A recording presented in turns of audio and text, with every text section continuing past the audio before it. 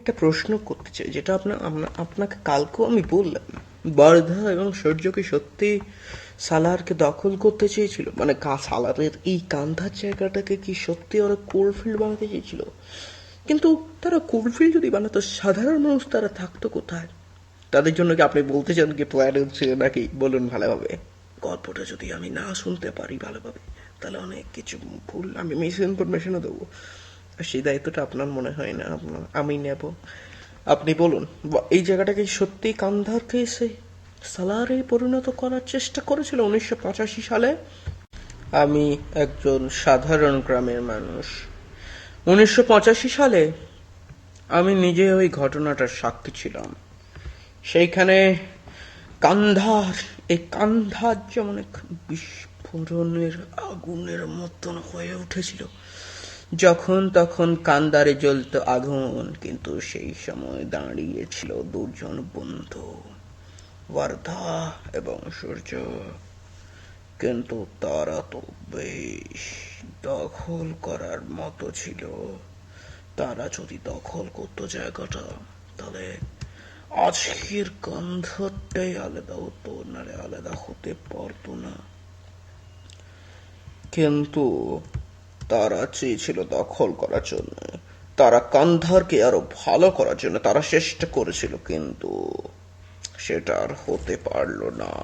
কিন্তু তার আগেই যে এক অজানা বিস্ফোরণ ঘটে যায় এই কান্ধারের ভূমিতে, সেই কান্ধার আর সেটা ভুলতে পারেনি। তা খুলে বলছি, আপনি তার আগে ধৈর্য হয়ে বসুন।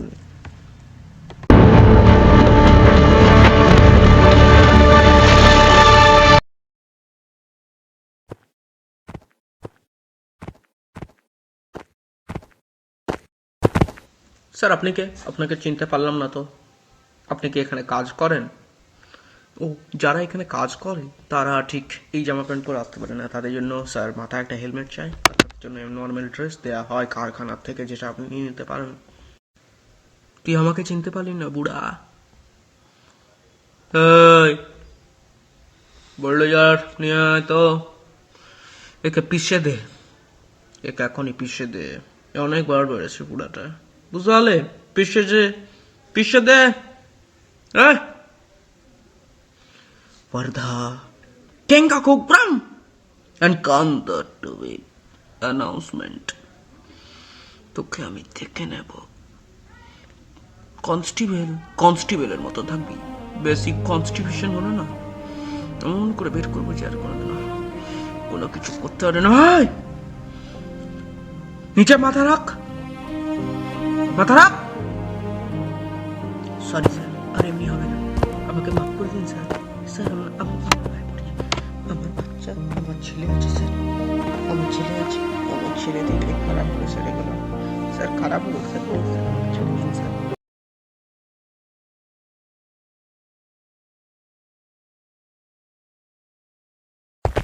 সূর্য, তোর বন্ধু বরদা আমার সঙ্গে অনেক বাজে ব্যবহার করলো, কিন্তু আমি মাথা নিচু করছি, অবুড় হয়ে তার কাছে ক্ষমা চাই না। সেখানে রোহন, দুলাল সবাই ছিল, কিন্তু কেউ হাসেনি, সবাই হাসছিল। তুই শুধু আমার ছেলে নোস, তুই আমার ভবিষ্যৎ, অতীত সবই। সেই জন্য তোকে এটা বললাম। তোর যদি বাবার জন্য এতটা মায়া দয়া হয়, তাহলে তুই বলিস।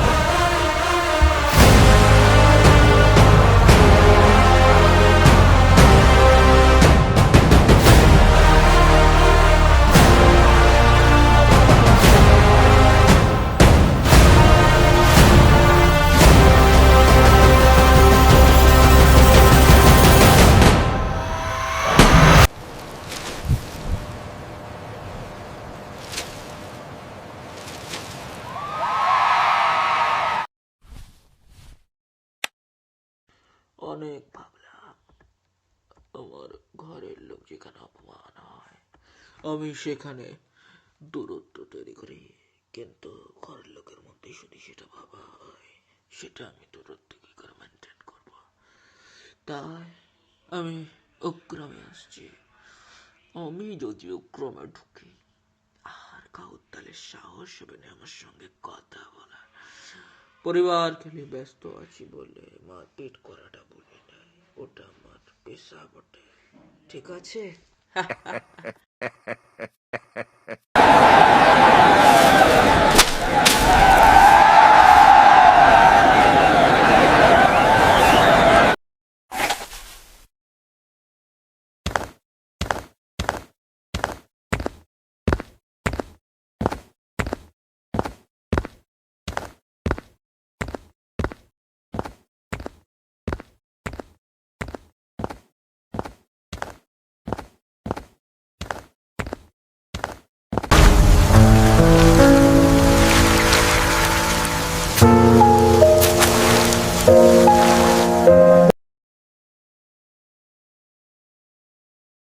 থমসন, তুমি তো জোসেফ থমসন, তুমি তো সেই এফবিআই এর গুণধর লোক যে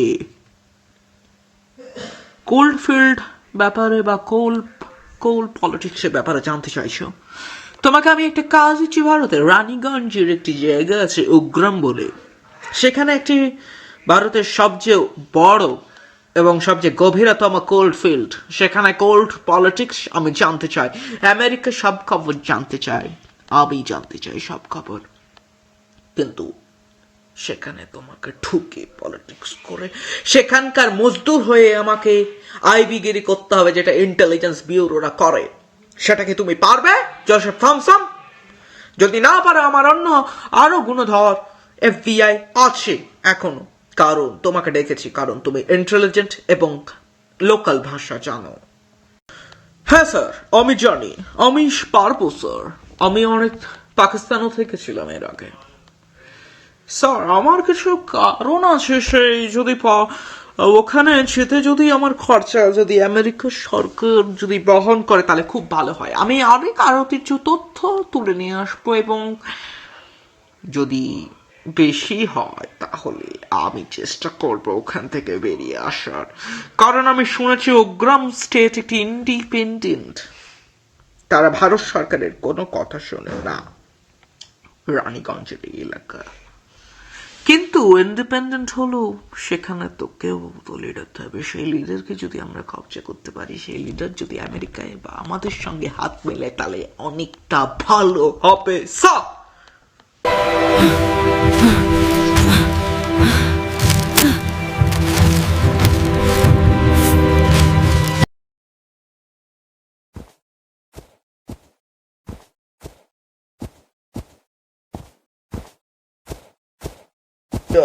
ওটা আমারই ভুল ছিল, বর্ধাকে আমরা বুঝতে পারিনি কেউ।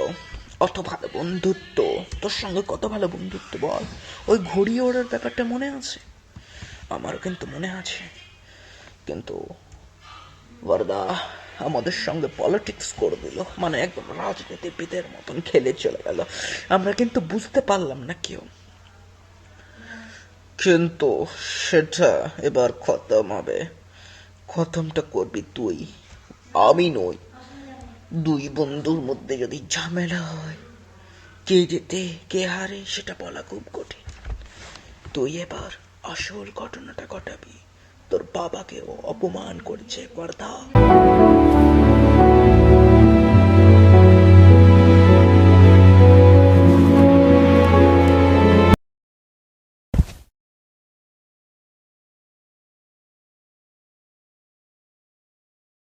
জানিস কাকে তুই অপমান করেছিস সেদিন?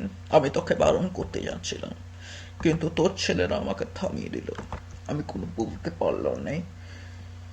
তুই যাকে অপমান করেছিস সে হলো জানিস কে? সূর্যর বাবা। হ্যাঁ, তুই যাকে কাকু বলে ডাকতিস। তুই তাকে অনেক অপমান করেছিস, কিন্তু আর নয়, এবার এই যুদ্ধ কোনোদিনও খতম হবে না, কারণ কারণ হলো সূর্য কোল্ডফিল্ড আশেপাশের এলাকাতে যারা থাকে তাদের সবাইকে খতম করছে, আস্তে আস্তে সবাইকে খতম করছে সূর্য। আর সূর্যই এই তোর এই কারবার ধ্বংস করবে, এবং সূর্য একদিন তোর কারবার গড়ে দিয়েছিল না? তুই ভুলে গেলি? তার বাবাকে তুই অপমান করে দিলি। জি বাবা তার নিজের ছেলেকে ভালো ছেড়ে তোকে বেশি ভালোবেসেছিল, তুই তাকে অপমান করলি শোনেন। আমার অনেক বড় ভুল হয়ে গেছে, আমার এটা কাকুর সঙ্গে করা উচিত হয়নি। আমি সেদিন কাকুকে চিনতে পারিনি, আমি জানতাম না কাকুই আমাদের কোলফিল্ডে গার্ড দেয়। এতটা ভুল করলাম কি করে? সূর্য যদি কোনো হাত দেয় সেটা ওই পেয়েই থাকে, আর আমার কোলফিল্ডের জন্য ভয় লাগছে। তার আগে ব্যবস্থা করো যে সূর্যের সঙ্গে কিভাবে আমরা চুক্তিবদ্ধ করব, এই অশান্তিটা না হয়।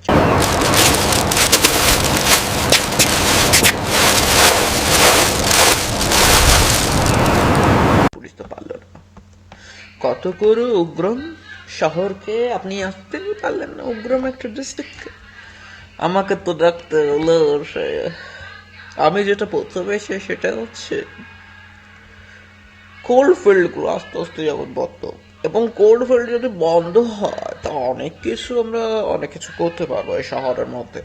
কিন্তু তার আগে জানতে হবে আমরা কি কি করতে পারবো না এগুলো, এবং যেগুলো আমরা করতে পারবো না সেগুলোই আমরা প্রথমে করব, এটাই আমার মতলব।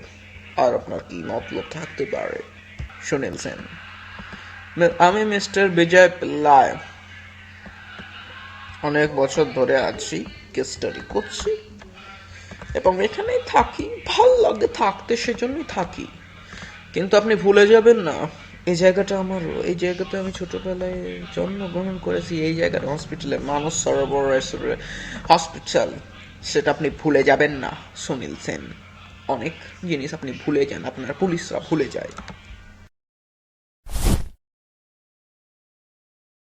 এই যে বন্দুকটা দেখতে পাচ্ছেন সেটা আমি চালাইনি ওদের ওপর, যদি চালাতাম আপনাকে ডাকতাম না মিস্টার বিজয় পিলাই। এবং আপনাকে আমি বলে দিচ্ছি, মানে আমাকে অতটা নির্বোধ মনে করবেন না। গুগলে একবার সার্চ করে দেখবেন সবচেয়ে বেশি কে গুলি চালিয়েছে, আমার নামটাই প্রথমে উঠে আসবে, কারণ আমি সবচেয়ে বেশি গুলি চালাই এবং আমি সবকে মারি। বুঝতে পারলেন মিস্টার বিজয় পিলাই? তাই আমার সঙ্গে কথা বলার আগে প্লিজ হিস্ট্রিটা ঘেটে আসুন, আমার, আপনার নয়।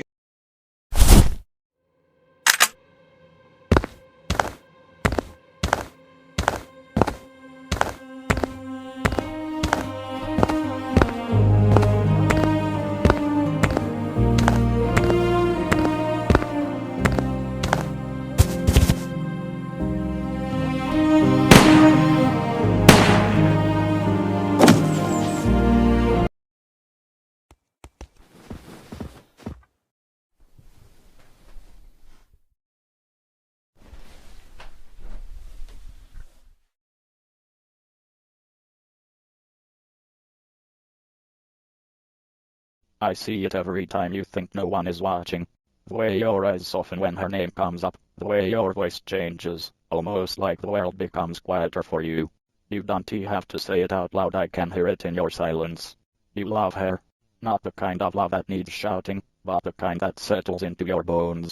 The kind that stays with you when you're tired, when you're angry, when you pretend you don't care anymore. You love her in the pauses between your words, in the memories you try not to revisit, in the future you secretly imagine but never dare to ask for. I know you tell yourself it is over, that time has moved on, that life has chosen a different road for you. But love like yours doesn't disappear just because logic demands it to. It stays quiet, stubborn, faithful. It becomes the reason you smile at nothing and the reason you look away when happiness feels too close. You love her not because she is perfect, but because she feels like home to you. Because even her flaws make sense in your heart. Because with her, you didn't have to perform or pretend, you were simply you, and that was enough. And I want you to know something. There is no shame in loving someone this deeply. It doesn't make you weak. It makes you human. It means your heart is capable of devotion, of patience, of loving without conditions or guarantees. But please don't punish yourself for it. Don't lock your heart away just because it still belongs to her. Love is not a crime, even when it isn't finished. Even when it hurts. Even when it has no ending yet. One day, whether she returns to you or remains only a memory, this love will have shaped you into someone stronger, kinder, braver. Until then, don't deny it. Don't lie to yourself. Because the truth is simple, you love one woman, and your heart has never learned how to forget. সূর্য যুদ্ধ ঘোষণা করে দিয়েছে, এবার আমরা কি করব? এবার তো আমরা পরাস্ত হবই ওরাতে।